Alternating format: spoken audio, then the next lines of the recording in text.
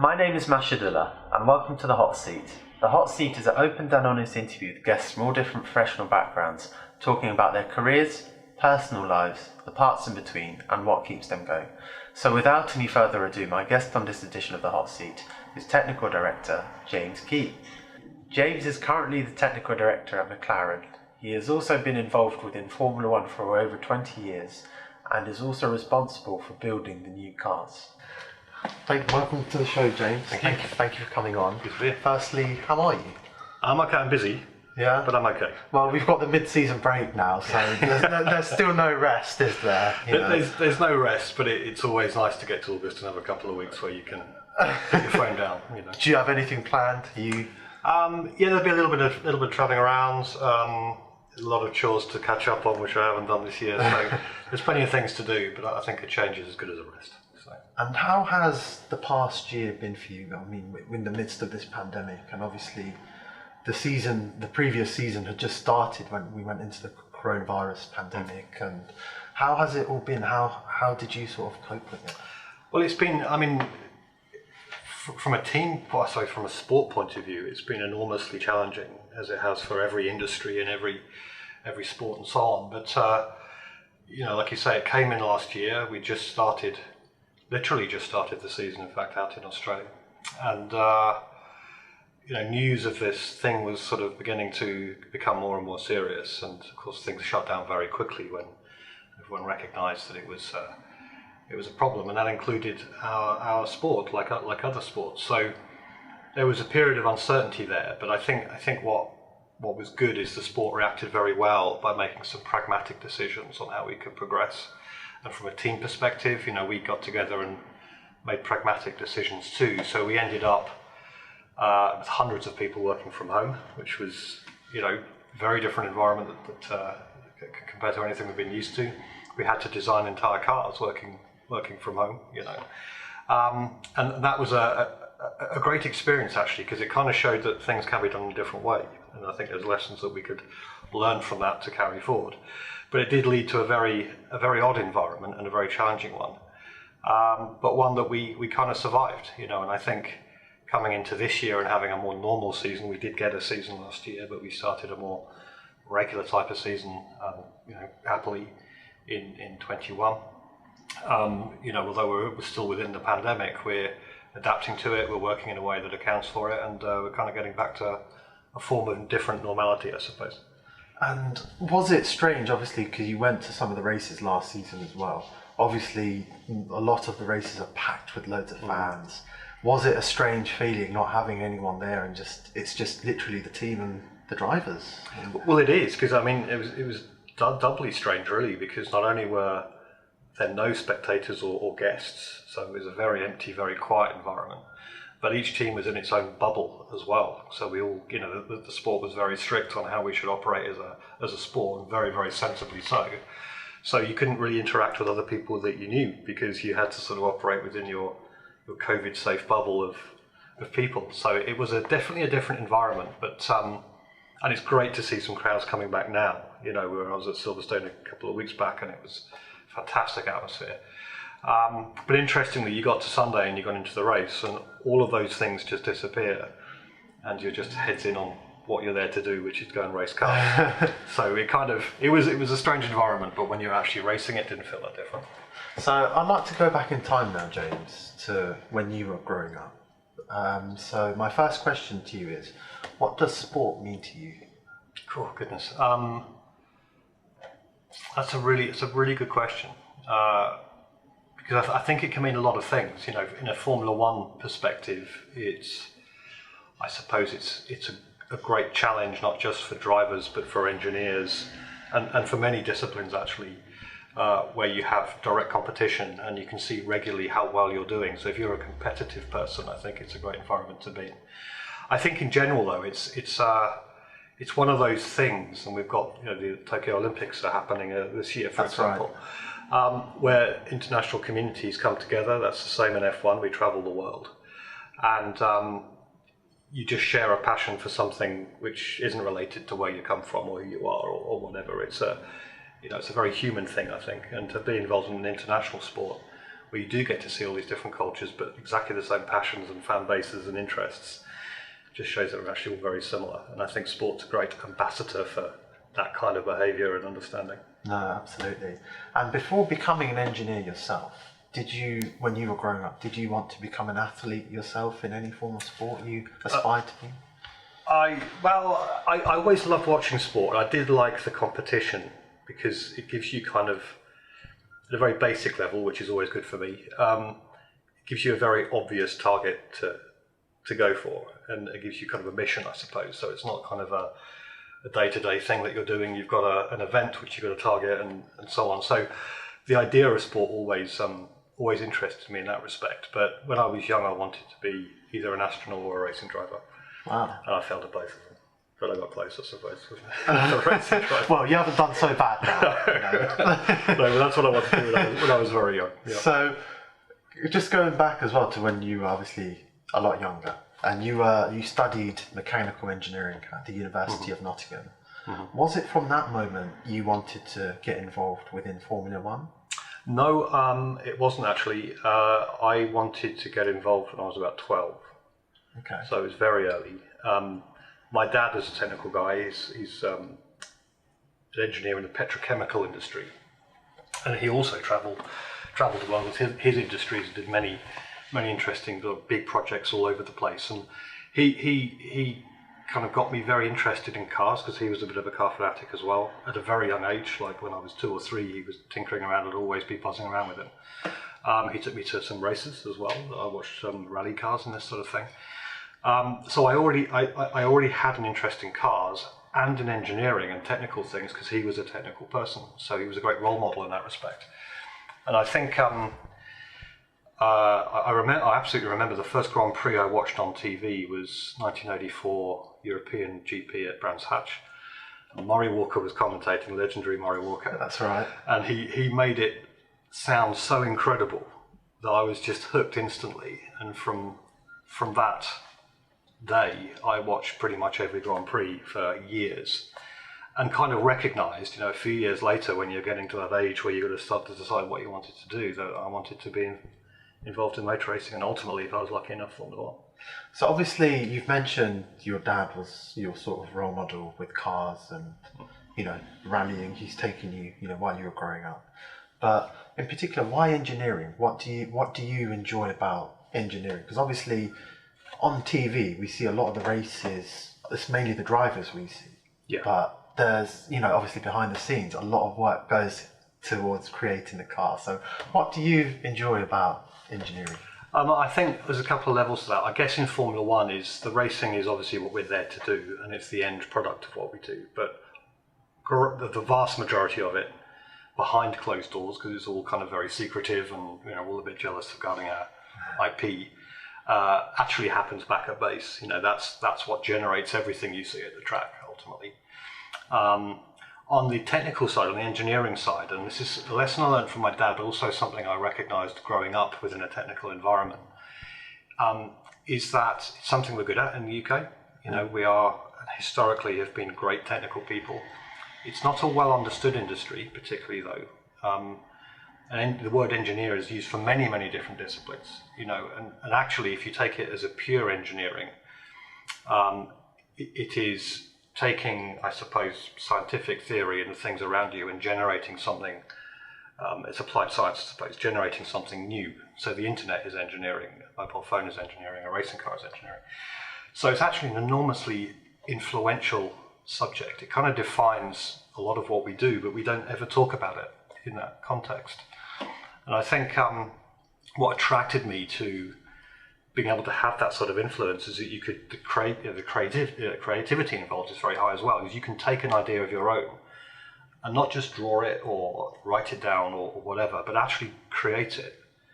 And in our case, put it on a racing car and see if it works. And it's incredibly satisfying when it does. It often doesn't, of course. You have many fails along the way. But when you succeed, it's really satisfying knowing that came from a thing in your head through to a reality that's making a difference on a racing car. And engineering allows you to do that. And that could be in any industry. It doesn't, in my case, it's racing cars. In other industries, you can make a difference as well. So if you want to change the world, engineering's a pretty good place to be.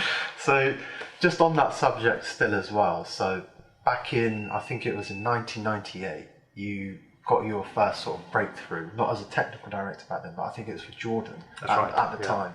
It was in a sort of smaller sort of role. But what was that feeling like for you at the time, getting that breakthrough into Formula One in Jordan, and you know? It was very exciting. Huge relief actually as well, because I've been angling to try and get into motor racing for a long time. I've done a little bit of design work on a few projects where I was working beforehand.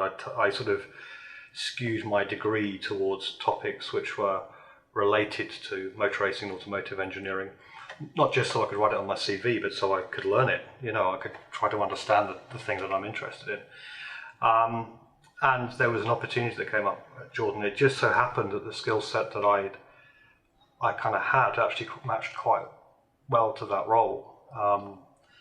And I remember the interview like it was yesterday actually, and I was lucky enough to be offered the position. It all happened very quickly, but yeah, very excited, very relieved to have made it, but also kind of not sure what to expect either.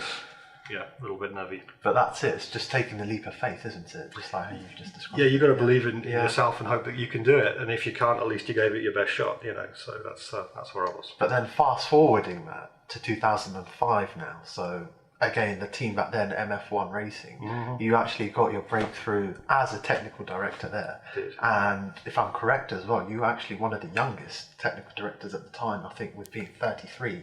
Was. You're not old now, don't worry, Jim. I'm not saying that. But you got that breakthrough, and that obviously must have been the long-term sort of plan for you, becoming the technical director. What was that breakthrough like coming through then? Like, because obviously, you know. Yeah, I mean, it happened very quickly because I'd gone in sort of a wet behind the ears young engineer in '98, as you said, and 7 years later I was a technical director. I was like, well, what the hell happened? But I think.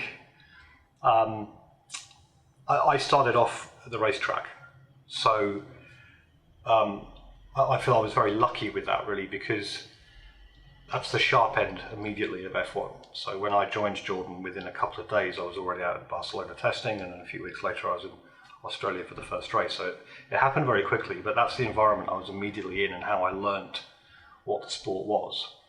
And that kind of means that you get a good overview of what you're trying to achieve. Actually being at the sharp end of racing a car gives you an understanding of what matters and what doesn't, how you sort of relate a tyre's performance to your aerodynamic performance, to how the driver's feeling that day.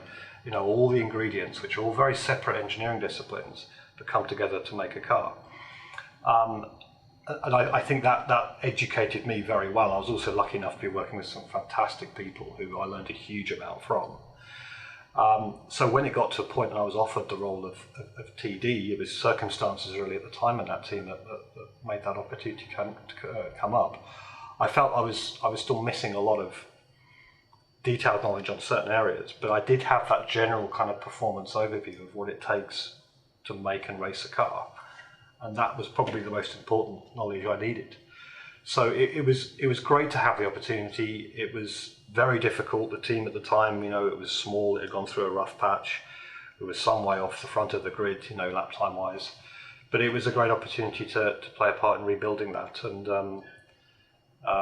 like you said, just to taking a risk and giving it a go before. And I thought, yeah, it would be crazy not to try this. So yeah, it was good. And for anyone that's sort of new to sort of Formula One watching this right now, or sort of, you know, could you give us a little insight into the sort of day-to-day things of what you do as a technical director, for example, at McLaren now?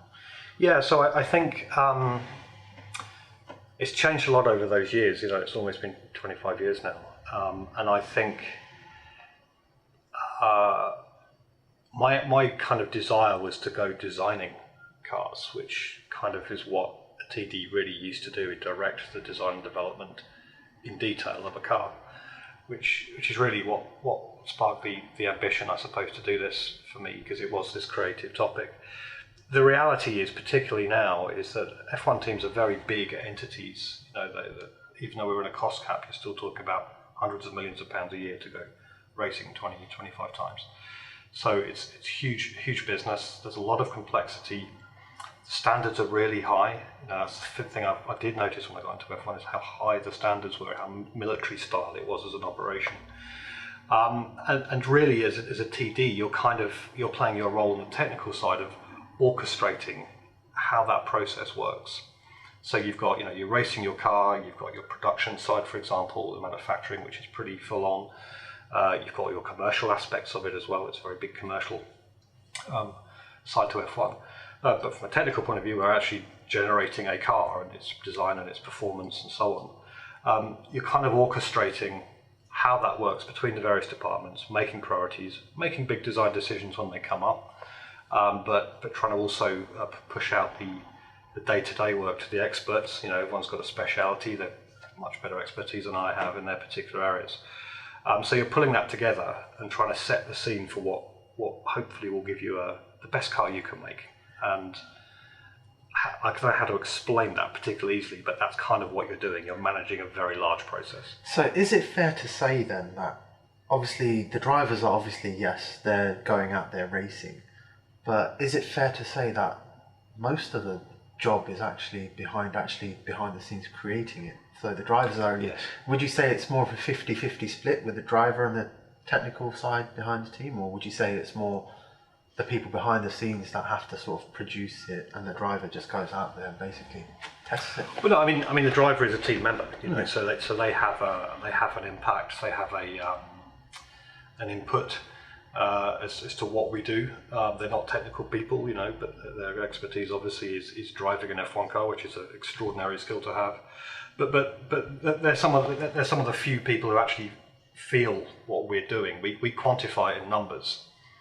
So if you've got a car and you're thinking, well, it's going to handle like this in a low-speed corner and it's going to do this in a high-speed corner and so on, we quantify that through maths, really, which is what kind of engineering is. They get to feel the end product, so their feedback is, and then tying that up to what theoretically you thought it should do, is a really important part of the loop. So they are team members. But as a technical group, I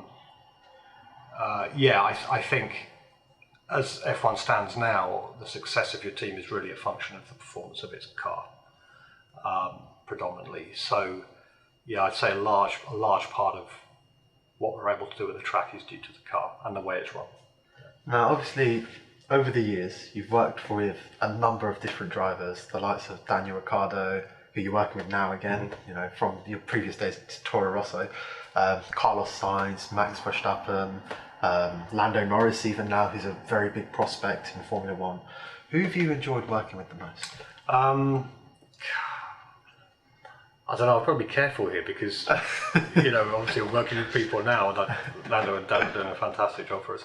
I don't think it's easy to pick one driver really who kind of stands out, because they all have their characteristics. They're the people at the end of the day, and they all have their sort of characteristics and how they work and what they do. I've had, like I say, had the pleasure of working with a huge number of different guys down the years.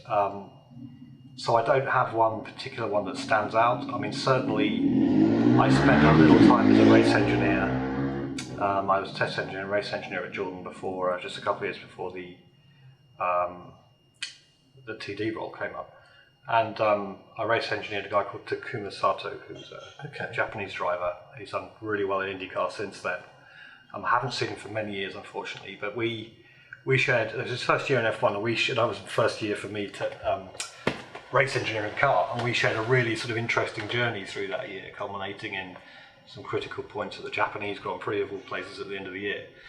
And that will always be a special memory for me. And Taku was great to work with because he was young, very, very fast, enthusiastic, but a bit uncertain in this big arena of Formula One, and matured and progressed so well through the year. I always remember that year with the important driver relationship.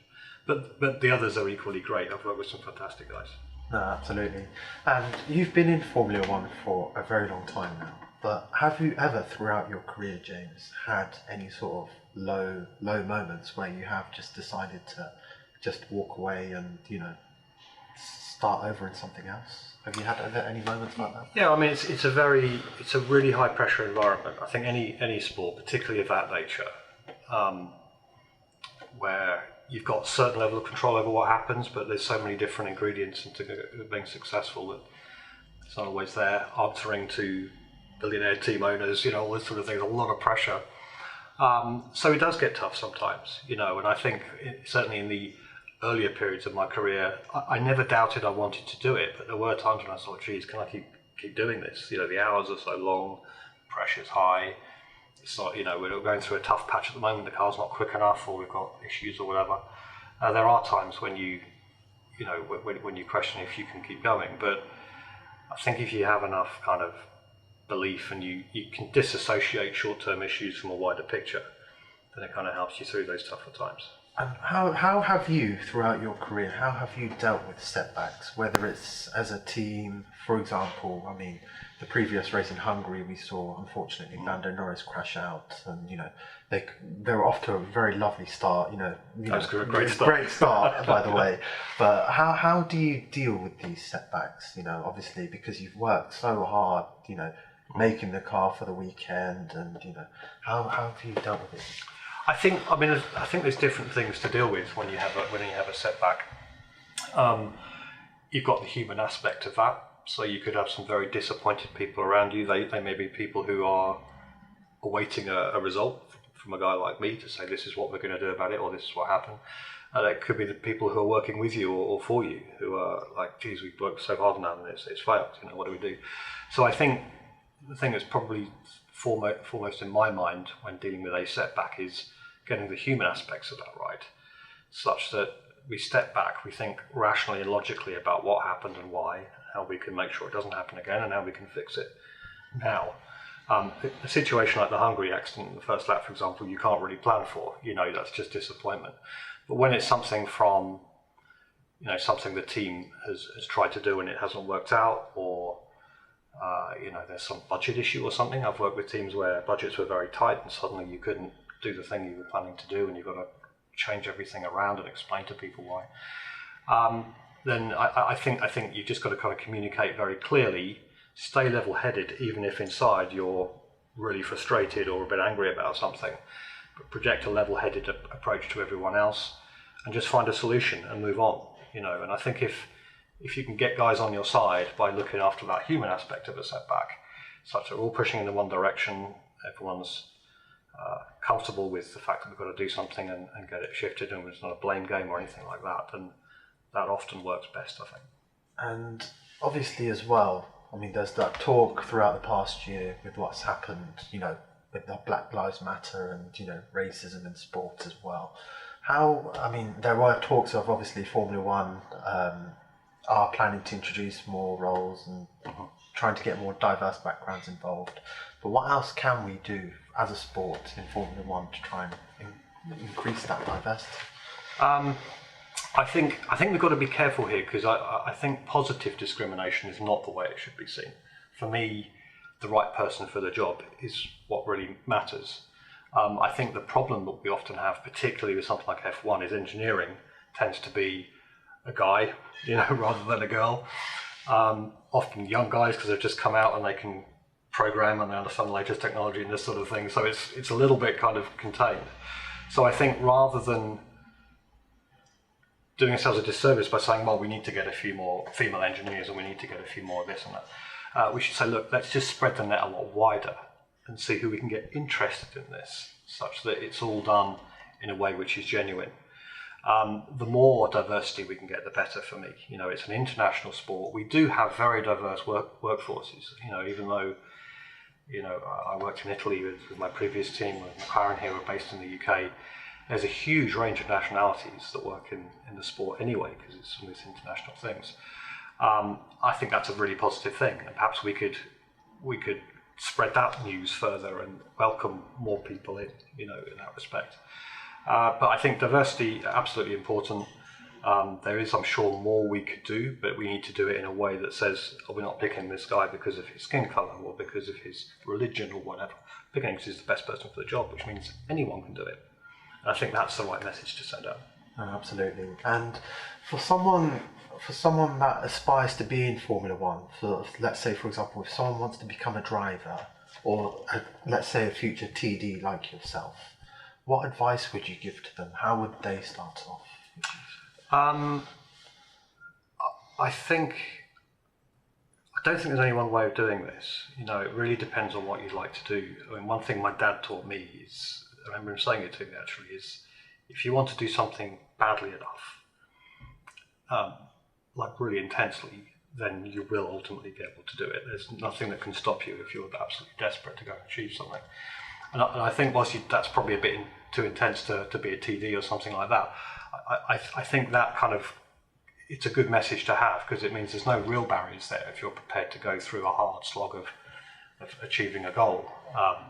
So I think if you wanted to get into Formula One, I mean, the first thing to do is to make sure it's what you really want. So understand a bit about the subject, because it's a pretty tough environment, and then decide which aspect of it most interests you, because there are many different aspects in F1.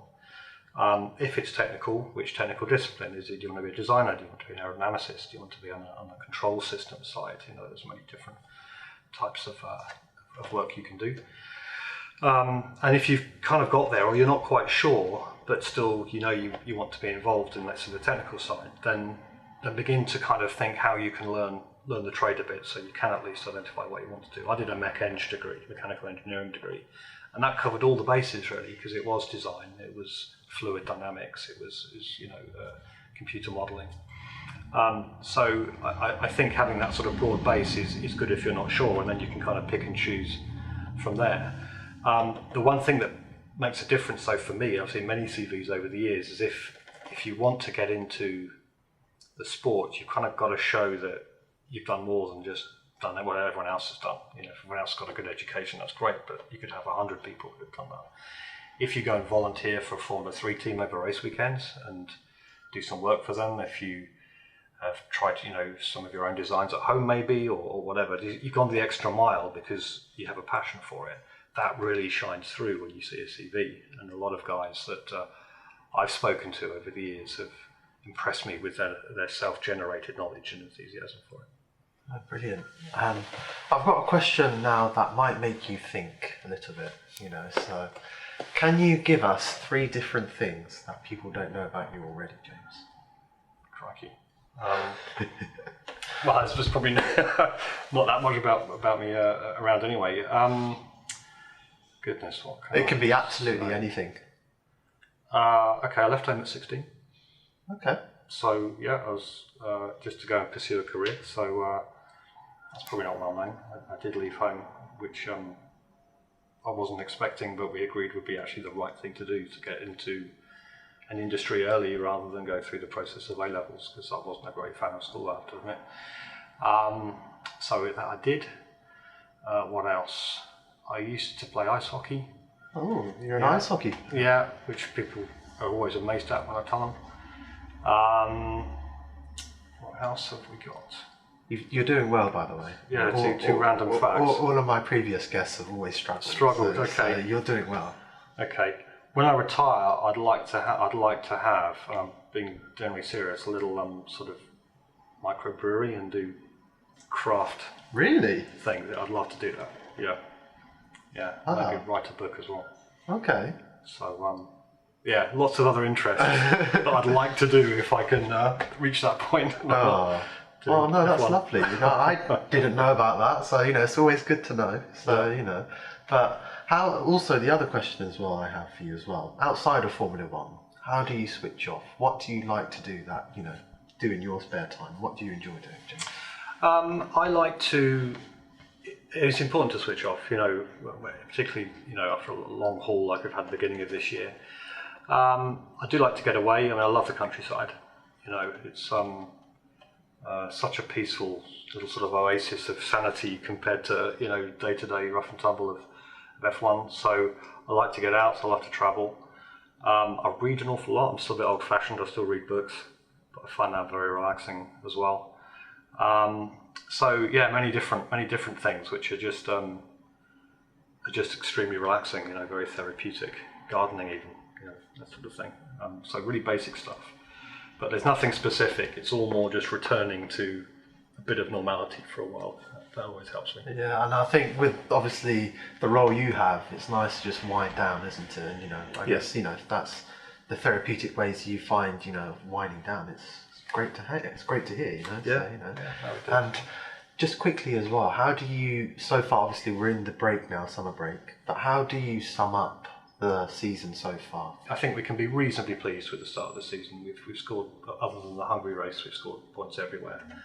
And to get 3 podiums in 10 races is... I think it's been a fantastic season so far for McLaren. And I think we are starting to see the old McLaren coming back now. Hopefully we see them challenging again now as well. So, hopefully, Well, we have got closer, I think in Austria, a little bit in Silverstone, we were dicing with the Mercedes. Yeah, I think Lando was he was on spot for a podium until Lewis came and he done his hammer time and came back and won the Grand Prix. So no complaints there. Amazing job to pull it back, but yeah, it's good to see that and that's down to fantastic work from the team in just taking it step by step every year and building up with some increasing confidence. I think that we can make progress. But it's a very tough environment. And just going forward as well, so from the following season, we are seeing some new changes, specifically to the look of the car and other things. Are you happy with these changes that are going forward? Do you think it's going to sort of, liven it up like how they're saying? Yeah, certainly nothing against the changes being made. I mean, we'll have to see how it kind of changes the landscape of the sport, because these are the biggest changes for all the time I've been involved in F1 with the new cars. So they're going to look very different. They will be a different performance level. They'll have aspects to them which we're unfamiliar with and need to learn as a sport. The overtaking capabilities of these cars should be better. In theory, a lot of work's gone into regulations which helps us race better, because it's been a problem in F1 for a while. It's how the trailing car gets so badly affected given our reliance on aerodynamics for performance. You can't race as much as you'd like. And I think with these new cars, they're kind of set up to do that. So the hope is that it does generate more racing, which is great to see, and generates as a result more and more interest in the sport. It's definitely been growing again recently, and these new regs could be a step in the right direction. But what it actually looks like next year would be fascinating to find out, because we're all flying blind. These are brand new cars. We've got no reference points for performance, how they're going to feel for the drivers. We're doing all we can to really understand it, but until you hit the track, we are relying heavily on theory rather than... I just wanted to also just quickly touch on the tyres as well. Obviously, Pirelli have been in the game for a long time in Formula 1 now, but we have seen some sort of hiccups. For example, in Baku, we saw Lance Stroll, Max Verstappen from the lead, he having to fail from a tyre failure. Mm-hmm. Do you think Pirelli are still the tyre manufacturer to still go with? Yeah, absolutely. I mean, I think that the great challenge that Pirelli have had, I think they came in 2010, 11 maybe, so about a decade anyway, in their most recent time in F1. And the enormous challenge they've had is that the regulations have changed a lot in the time they've been in F1. The amount of performance we can generate with the car now is the most it's ever been. These are the fastest Formula 1 cars ever that we're racing at the moment. They are immensely quick. And the only bit of a car which touches the ground and which generates that performance is a little bit of tyre. It's a really small patch of tyre. And Pirelli have been challenged with taking these monster cars, which have also increased in weight as the engine technology has increased as well, and push them around corners peaking at 4G, braking under 6G, peaks of 6G. And they've got to design tyres which can live in that environment, which is incredibly difficult to do. So although there have been a few hiccups, they are right against the ragged edge of our knowledge of tyre technologies, and they're having to refine and keep up the whole time. It should be a little bit easier, I think, next year. Although the tyres are very different next year. They're low-profile tyres. A lot bigger as well. They look. Yeah. I've seen from the pictures, that they've released. They're a lot bigger than what they are now. So. Yeah. I mean, I'm not sure the diameters are that much bigger, but the wheels are bigger. Bigger. So it's a bit like a road car with these lower-profile tyres. So that's a fresh project. I think the cars will be a little bit slower next year, but we'll have to see how that pans out, because it's still early days.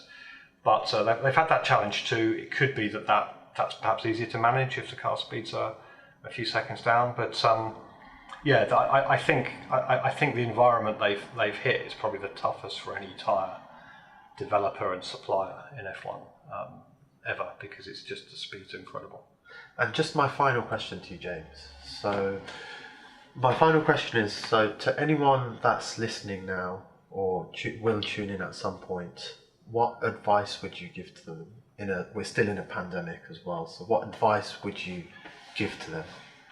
In what respect? Just any general advice. So is there anything any message you'd like to give to someone listening, to a fan maybe? Or I guess, I suppose, we have been through an odd time in recent 18 months. It's been a bit strange. So I think we should all be sensible still, because this thing isn't going to go away. We're going to have to live with it now. But let's start trying to enjoy life as well. I think the more we can look after ourselves, do the right things by what we're told to do, the quicker and easier it will be to get a handle on it, and the more we can get out there and actually enjoy life without having to worry about it. So stay positive. Optimism, very important to be optimistic. James, thank you so much. It's been a pleasure to have you on this edition of the Hot Seat. And just going forward, when we get off the summer break, Formula One, I wish you well and hope everything goes well with McLaren and the team. Thank you very much. Thank you. And thank you guys for tuning in. I really appreciate it. I would also really appreciate it if you could like, share and subscribe. Thank you.